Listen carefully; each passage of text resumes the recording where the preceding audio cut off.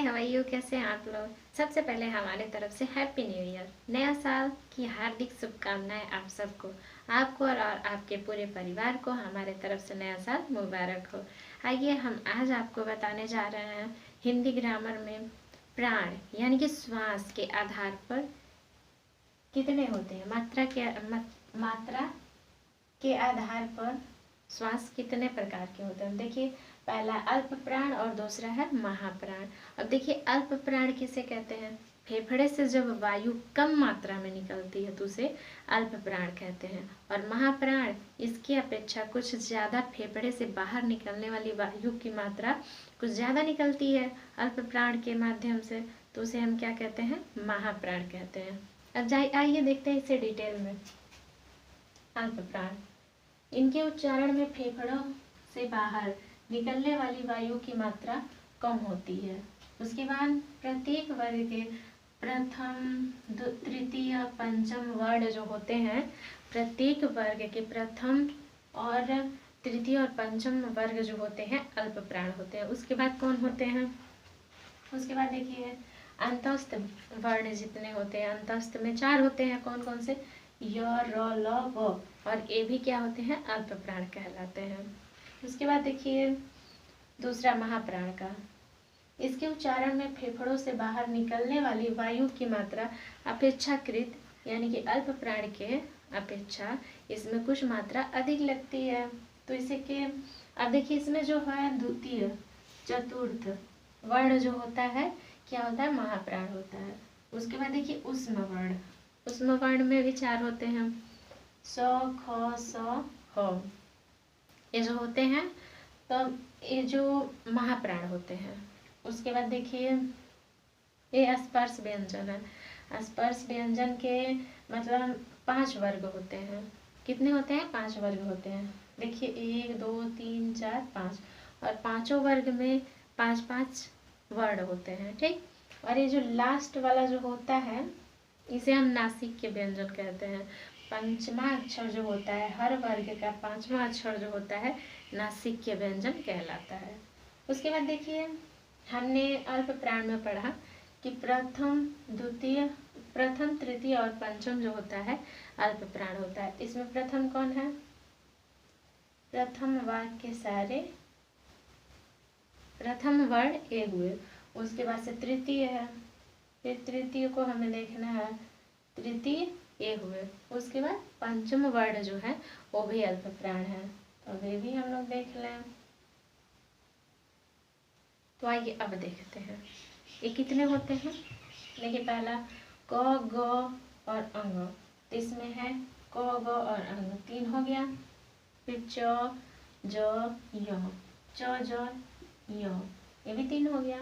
उसके बाद है ट ड ड़, ट ड ड़, ये भी हो गया 3। उसके बाद है त द और न, तो ये भी हो गया 3। उसके बाद से प ब म, ये भी हो गया प ब म, इसको भी हमने लिख लिया।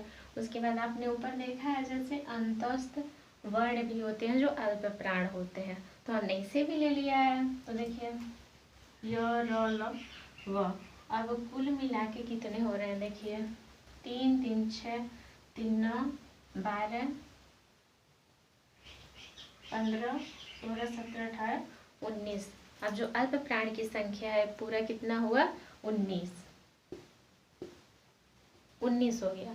उसके बाद देखिए महाप्राण को हम गिनते हैं। अब महाप्राण को कैसे गिनेंगे, देखिए जैसे मान लीजिए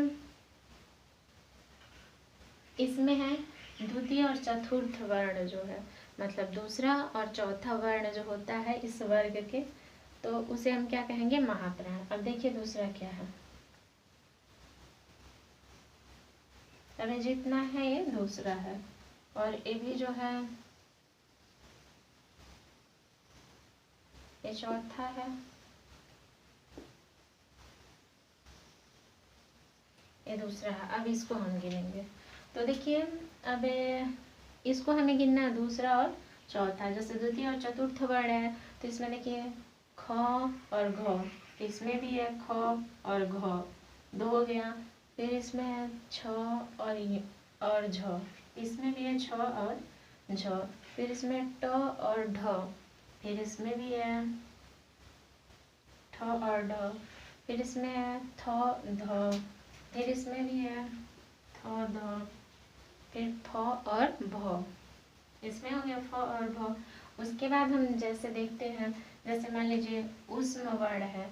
अब ऊष्म वर्ण में कौन कौन से हैं, देखिए स ख स ह, तो ये भी आ जाते हैं किसमें, महाप्राण में आ जाते हैं। तो अब इनकी संख्या देखते हैं हम कितने हैं। देखिए 2 2 4 6 8 10 4 14। अब महाप्राण की संख्या कितनी है, 14 है। तो मान लीजिए क्वेश्चन में पूछ सकता है कि अल्प प्राण की संख्या कितनी है, तो 19 है, और महाप्राण की संख्या कितनी है, तो 14 है। तो देखिए अब तो आप समझ ही गए होंगे कि अल्प प्राण जो है पहला, तीसरा और पांचवा अक्षर है। मतलब ये वर्ण का स्पर्श वर्ण का ये जो मतलब इतना है, पहला, तीसरा और पांचवा वर्ण जो है अल्प प्राण है। उसके बाद महाप्राण में दूसरा और चौथा वर्ण जो है वो महाप्राण है। तो अब देख लीजिए एक बार कि प्राण को 2 भागों में हमने बांटा है, एक है अल्प प्राण और दूसरा है महाप्राण। अब इसके बारे में आपने अच्छा से जान ही लिया। तो आशा करती हूँ आपको हमारा वीडियो पसंद आया होगा। तो लाइक शेयर एंड सब्सक्राइब करना मत भूलिएगा।